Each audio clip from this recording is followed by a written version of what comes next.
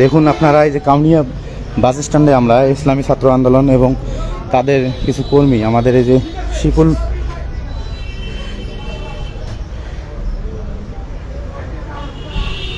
দেখেন মেরে মেরে কি করছে ওরা, সবাই লাঠি হাতে ওদের হাতে, এবং তারা যেভাবে পাচ্ছে সবাইকে মারতেছে।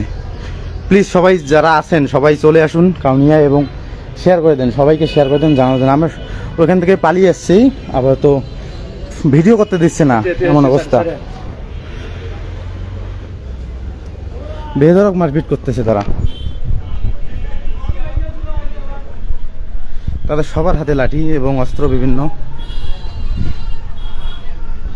আমরা এখানে লুকিয়ে আছি, লাইভ করা সম্ভব হচ্ছে না। যে যেখানে থেকে আসেন লাইভটা শেয়ার করে দেন এবং পারলে সবাই এখানে চলে আসুন।